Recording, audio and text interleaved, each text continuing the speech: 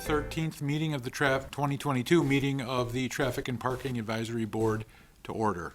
Good afternoon and welcome. The Traffic and Parking Advisory Board reviews items of interest regarding parking and traffic items. We are an advisory board, and our favorable recommendation today will go before the Oshkosh Common Council. The council can either accept or reject any recommendation from this board. If you don't agree with our decision today, you can discuss that very same item with any council member. If the board does not recommend an item, a common council member may in fact sponsor a new ordinance regarding that very same item. All items do require 2 readings before the Oshkosh Common Council. The first reading will take place on September 27th at 6 p.m., and you will be allowed to comment on the item at that time, though the council will in fact take no action. On Tuesday, October 11th at 6 p.m., the item will be on a second reading, at which time the council will in fact take action. You will again be allowed to speak, though, at that time. For this afternoon's meeting, I will read each agenda item, at which time, if you'd like to speak, please step to the podium and give both your name and address. I do ask that you keep your comments pertinent to the agenda item itself. The item will then come back to this board for discussion and ultimately action. Please call the roll to ensure a quorum. Kaczynski. Here. Christensen. Here. Hartman. Here. Becker. Here. Von Schneider. Here. All right, we do have a quorum. First item on the agenda is public comment. If I was to hazard a guess, I'm going to say everyone in attendance is here to speak to the South Main Street issue. Am I in fact correct on that front? So we will dispense with the public comment portion because the comments from those in attendance will in fact take place under old business, which then brings us to the Pledge of Allegiance. I'm going to ask that everyone stand, face the flag. I pledge allegiance to the flag of the United States of America and to the republic for which it stands, one nation, under God, indivisible, with liberty and justice for all. Thank you. First item of actual business on the agenda is approval of prior minutes. Move it. Second. Anyone with any comments, questions, additions, or deletions to the prior minutes? Seeing none, I will ask that the roll be called on approval of minutes. Kaczynski. Aye. Christensen. Aye. Hartman. Aye. Becker. Aye. Von Schneider. Aye. Which then brings us to old business. Mr. Collins. Yep, so this is the main agenda item. The board tabled at the last meeting the request for a lane reconfiguration, also known as a road diet on South Main Street between South Park Avenue and Waukee Avenue. Just a quick refresher, this is a follow-up. We had a joint workshop with Bike and Pedestrian Advisory Board that was on July 21st. It was based on a lot of resident requests. We did hire a consulting firm, which is Kale Engineering, to perform a safety and operational analysis of that corridor. They recommended a road diet to improve the safety, operations, bike and pedestrian safety on the corridor. We discussed this proposal at the August 9th meeting, and there was questions regarding train crossings being taken into consideration, the queue from train crossings, and then also a concern about bikes crossing the tracks. So I put Kale's response in here, but better yet, they're here virtually they're going to do a brief presentation because some people were not able to attend the joint workshop, so I think it'll give a refresher on just what the project is and the study they did and their conclusions. Yep. Sure. Is that better? No?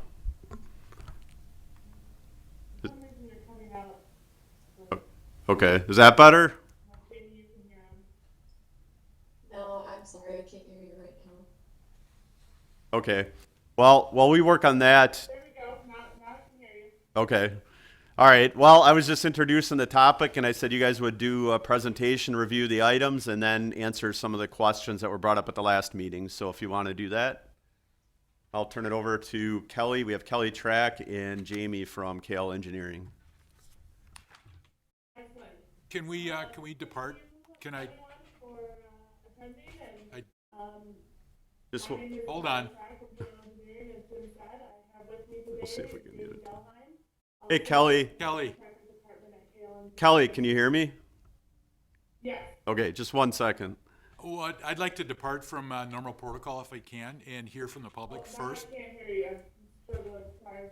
You gotta, I'd like to hear from the public first so that we can actually potentially ask better informed questions regarding their issues. Is that permissible? I think we're going to do the presentation first, and then they'll stay on and they can answer any of those questions, because I think they might answer some of the questions All right, that that's fair. with their presentation. Okay. Can you hear that, Kelly? Can you hear me or no? You're cutting in and out. Okay, well, go ahead with your presentation. We can hear you, so. Yep. Yeah, so as I said, Jamie Delheim is with me. We're going to give a brief presentation, kind of recapping and then hopefully addressing some of the questions that have already kind of come to the table. And Jamie, I will let you start us off. Great, thank you. Let me share my screen really quick. Alrighty. Is everybody seeing the presentation? Yep. Yep. Perfect. Alrighty. Well, my name is Jamie Dahlheim. I worked on this initial traffic operations and safety report that we submitted back in May. And then this is just a brief recap of what we talked about in July.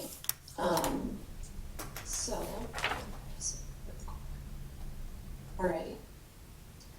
So agenda, purpose of this meeting, essentially, I want to just recap the project background and then go through some of our existing conditions and proposed improvements, and then most importantly address some city questions and concerns, and then come up with or show our conclusions from our initial report.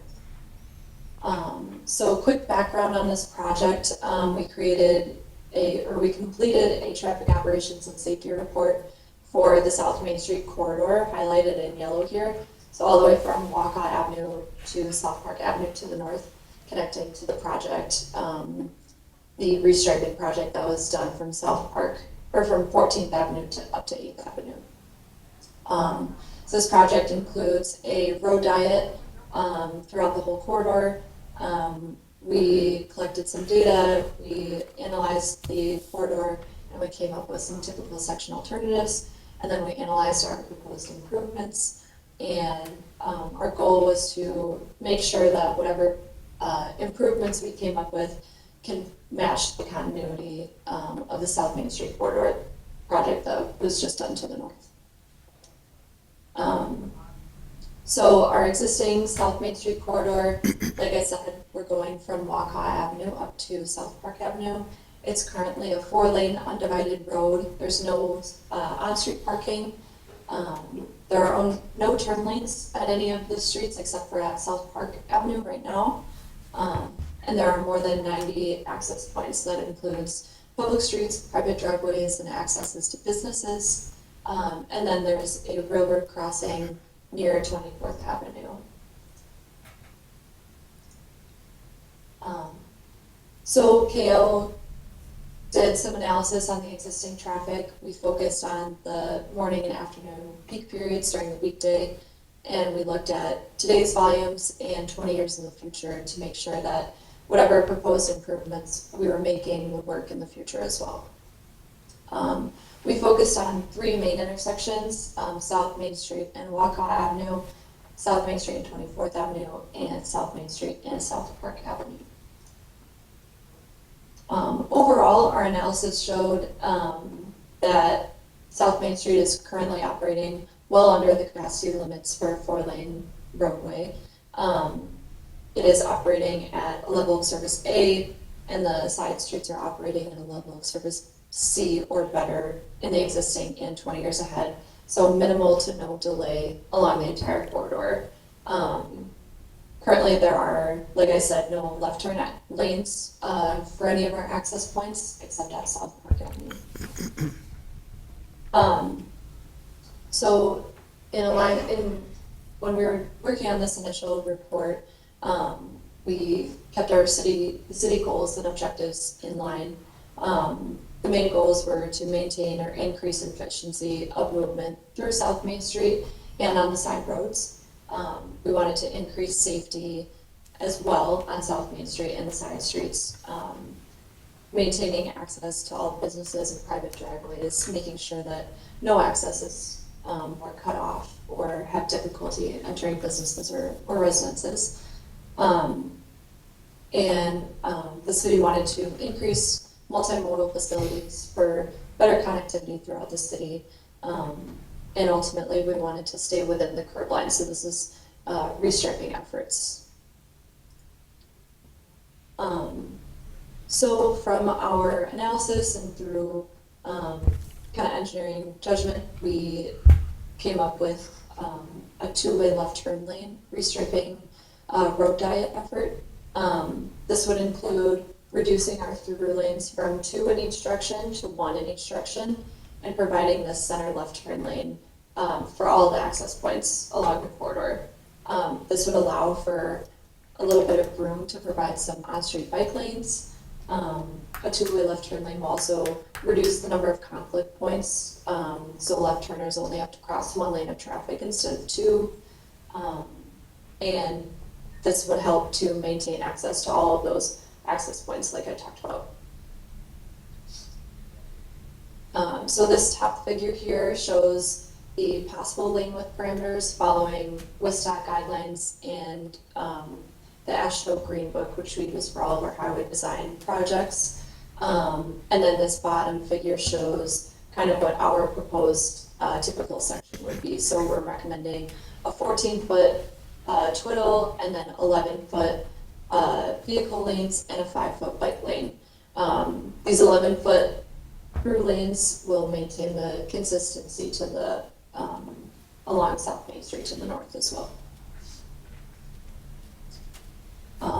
So having a twiddle provides many benefits, operational and safety benefits.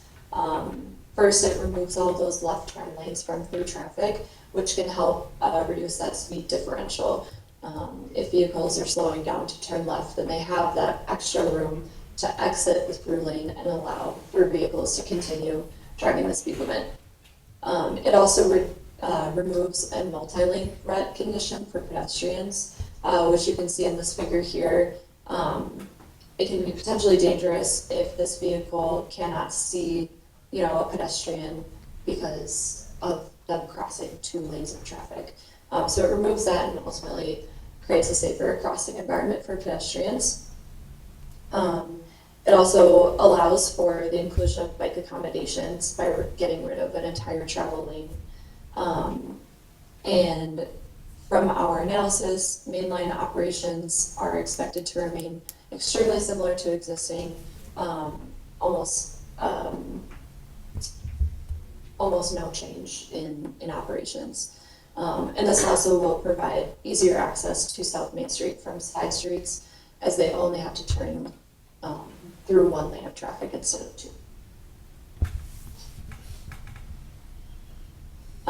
So then kind of addressing some of the city's questions that we are aware of already, we looked at the trains crossing South Main Street just south of 24th Avenue, and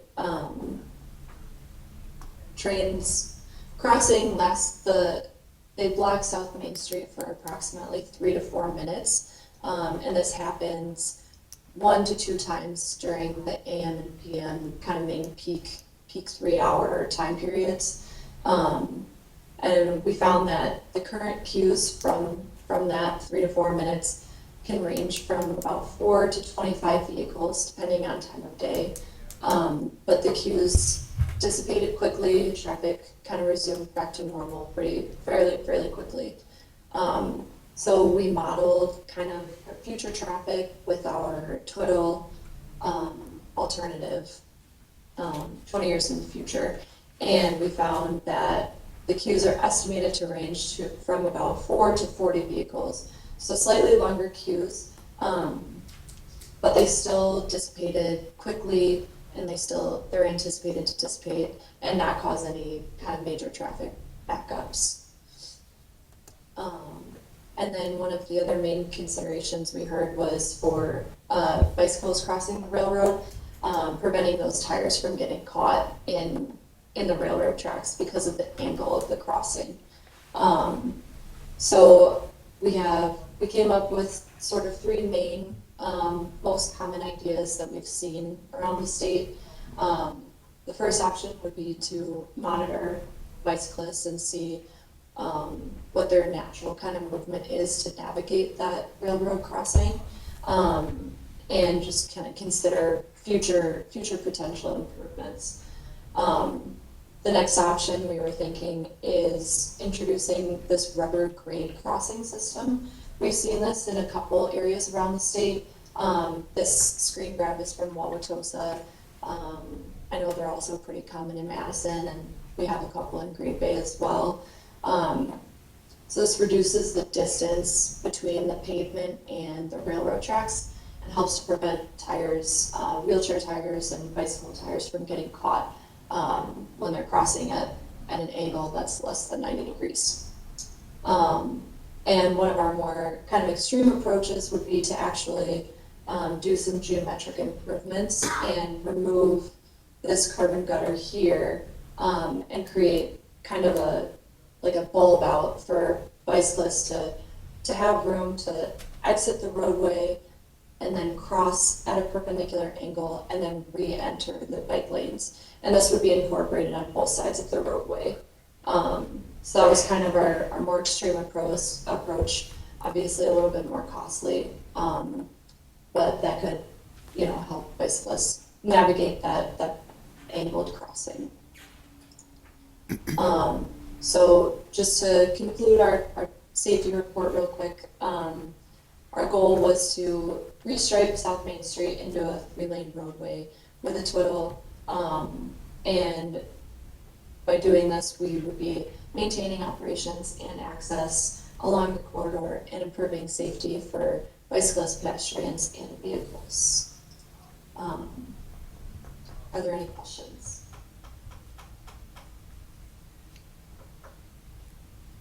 I reserve my right to ask a question if we, as I alluded to, after we hear from the public. Yep. Jamie, can you hear us? Yeah, I can hear you right now, yeah. Okay. All right. Go ahead if you want to have the public comment. And then when you're going to have to talk right into the mic, though. I think they can't hear you. So, and then Jamie and Kelly, let us know if you're having problems hearing, but we'll try to talk right into the mics best we can. This would be the opportunity, gentlemen. Sorry, you cut out again. We're just going to open public comment.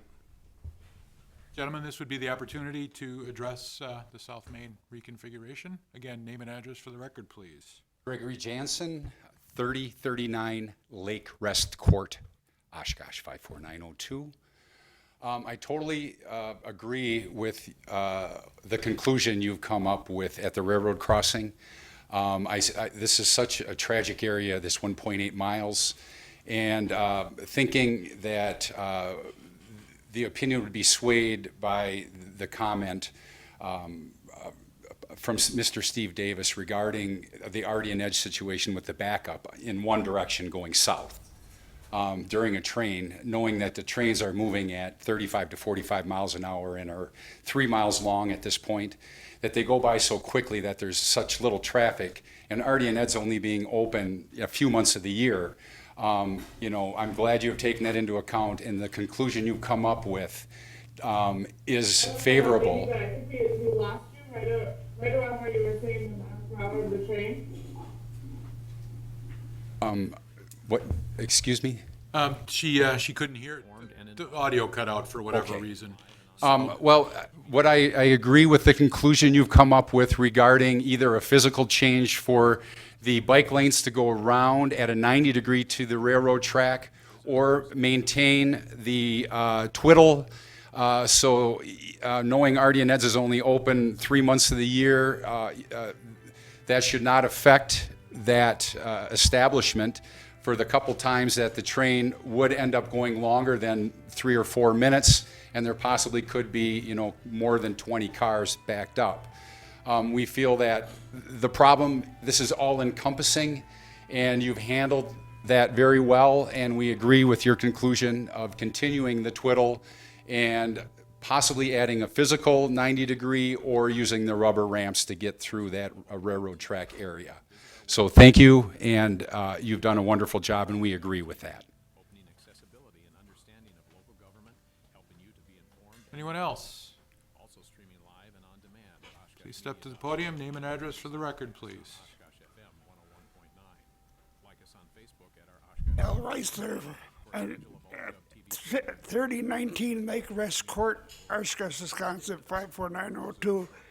The only thing that I was wondering about was that why we don't have any police control out there on the road before this project gets done.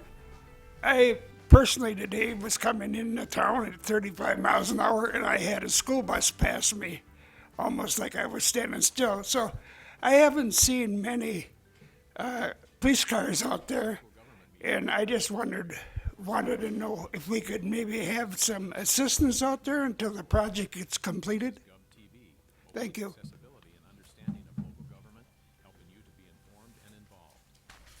Anyone else?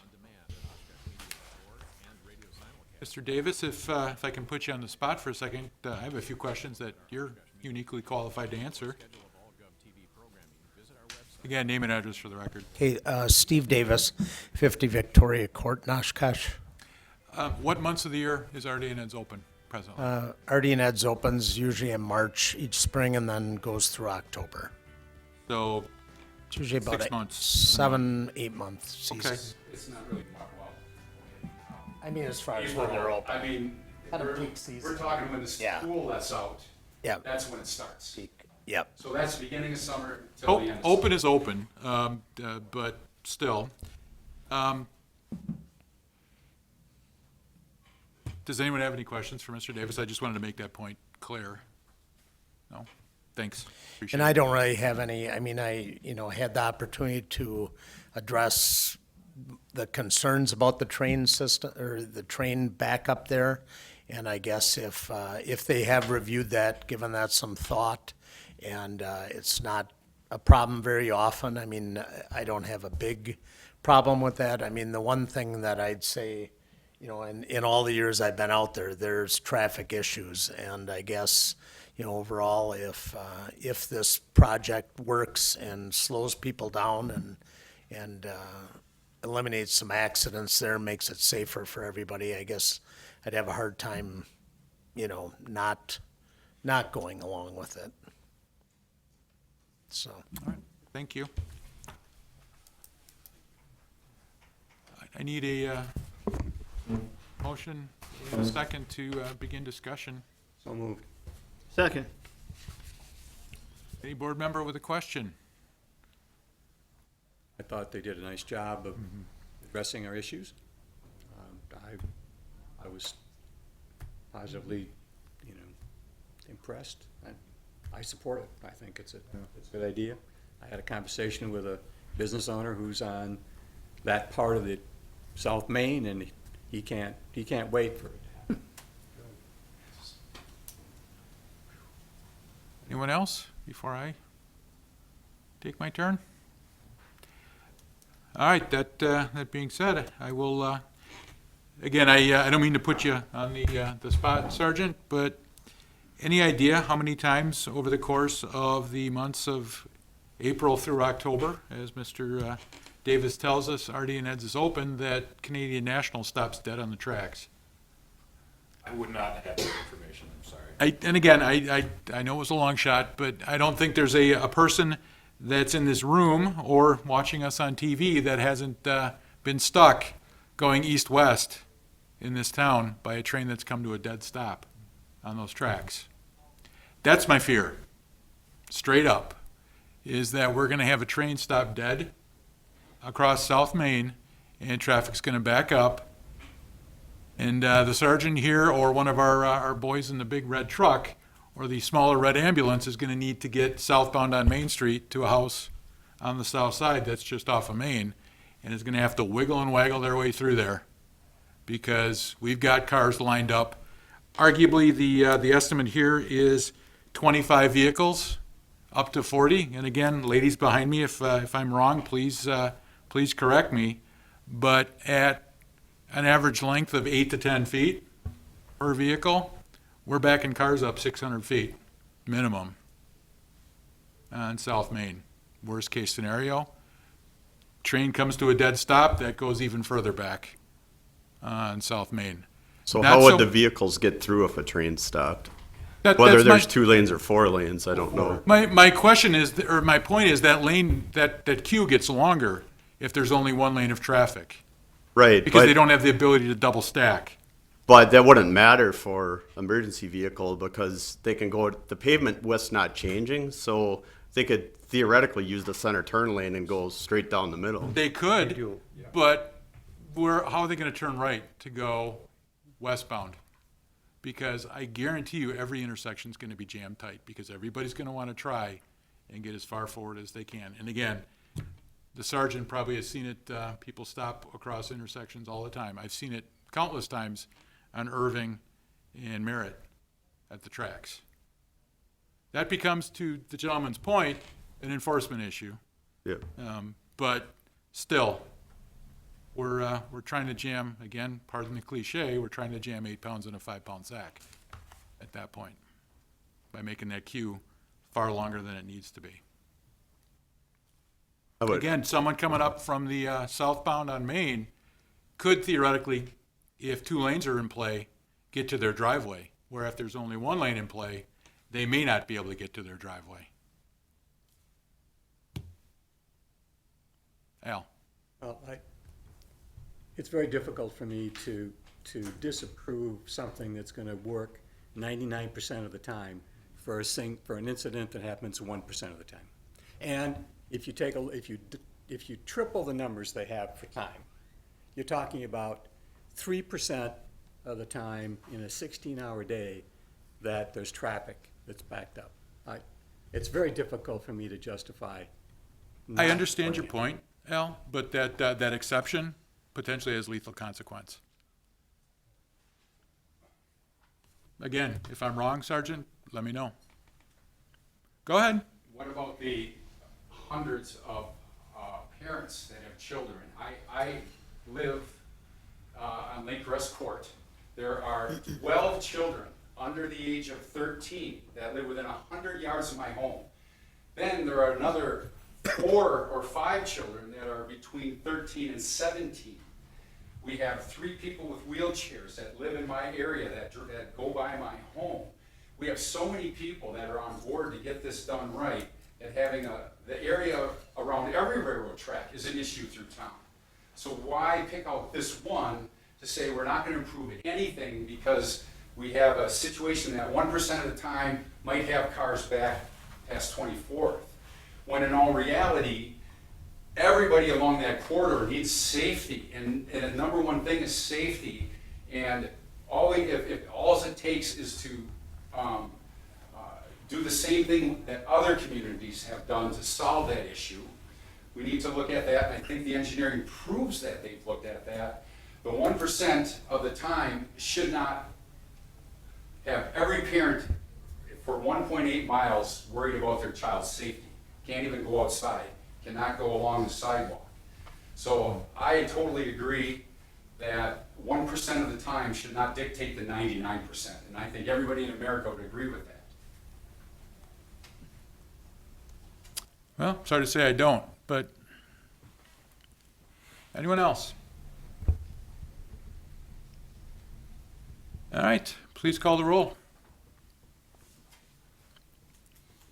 Jazinski, Aye. Christensen, Aye. Hartman, Aye. Becker, Nope. Von Schneider. Aye.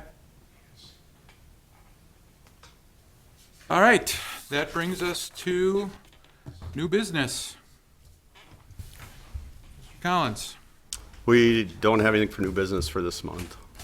which then brings staff statements. The only thing I just wanted to mention is that there is a neighborhood meeting on Thursday regarding the site layout of the new Webster School. I'm not sure exactly what's being presented, but I just want to make you aware of that. Currently, I know they were working on their traffic impact analysis, and I know that hasn't been finalized. So depending on what traffic recommendations are made, that may come back to this board, and that probably at the October meeting, I would assume. I would put a word of caution into you, Mr. Collins, in that it is fully my intent to recuse myself from that discussion, so you best plan the meeting appropriately. Yep, we will do so. Any future agenda requests? Do we, this is not an agenda request, but do we have an update on the bridge? I have not heard anything since the last DOT update, which that's been a few weeks now. So, sorry, I don't have a better update than that. That was forecast for September, yeah, right? Yeah, I believe it was by the end of September is last I heard. That should be done, hopefully. I don't really know. It's a DOT project, so I get the same updates that everybody else does. I don't really have any other knowledge of it. Just on a positive side, I was talking to someone at Aurora on Jackson that's right next to the bridge, and they're delighted. They can get out into traffic anytime they want to. because Oh, sure. there's no traffic. There's no Yeah. northbound traffic. But I do have a question. The pedestrian crossing flashing lights, okay, I think they're wonderful. But the problem, many times, I use those very frequently, is the lights go on and the traffic keeps going. And I know that the voice on the traffic says, please observe, it's yellow lights are flashing, do not begin to cross until, you can safely go across or whatever. But while you're waiting to safely go across, the traffic continues to go. Not always. I'd say 80% of the time people will observe and stop. And maybe sometimes if you're looking into the, if it's evening and you're looking into the sunset or morning or sunrise, it might have an effect. I guess my question is does that rank with, let's say, an arterial violation? If someone runs a stoplight or goes through a stop sign without stopping, would that be the same? Is it something that someone could be cited for? It would be failure to yield right away, pedestrian crosswalk. So it'd be a citable, stoppable offense. Okay. Yeah, and I can let the sergeant, you can probably explain it better, but Wisconsin's a yielded pedestrian state, so that's why they have that. We have they're called the rectangular rapidly flashing beacons, but that's why it has two things. First, it's yellow, so vehicles don't have to stop, they have to yield. But secondly, that's why it says, basically, you'll hear that it says, yellow lights are flashing, Right. proceed with caution, vehicles may not stop, basically. But then it becomes more, like Sergeant mentioned, the violation be failure to yield to a pedestrian, right? And In crosswalk. right. So, and I don't know how that works. Like, I think they actually you have to like almost make your intention known to cross, right? Otherwise, it's hard to judge if somebody's standing there if they're crossing or not. Basically, if a person is just gonna stand on the sidewalk and wait for traffic, there's no violation. If you are in the crosswalk and traffic's not stopping for you, then there is. So you almost have to put yourself in harm's way to create that violation. And the best recommendation I have for you is, I always recommend you make eye contact with oncoming traffic, because if you don't make contact with that driver, then you could have a problem. Because it's tough, especially at the roundabouts are especially difficult, I know, but, especially, generally if you're crossing, vehicles are coming from the left, they'll probably see you better, but sometimes if they're coming the other way, it's more difficult. So that's the best recommendation I had. I mean, the flashing lights help, but they're not an end-all, be-all. It's definitely an advantage. Yep, It's making it a lot safer. right. Anyone else with a future agenda request? I don't have another request, but I just want to give kudos to Jim for getting the No parking in the corner on 11th and Georgia out there promptly. Less than a week after our last meeting, the sign was up, you know. Yep, thanks. Seeing nothing else, I will entertain a motion to adjourn. Move it. Second. Please call roll on adjourn. Shazinski. Aye. Christensen. Aye. Hartman. Aye. Becker. Aye. Von Schneider. Aye. We are adjourned. Have a good evening. Thank you. Thank you.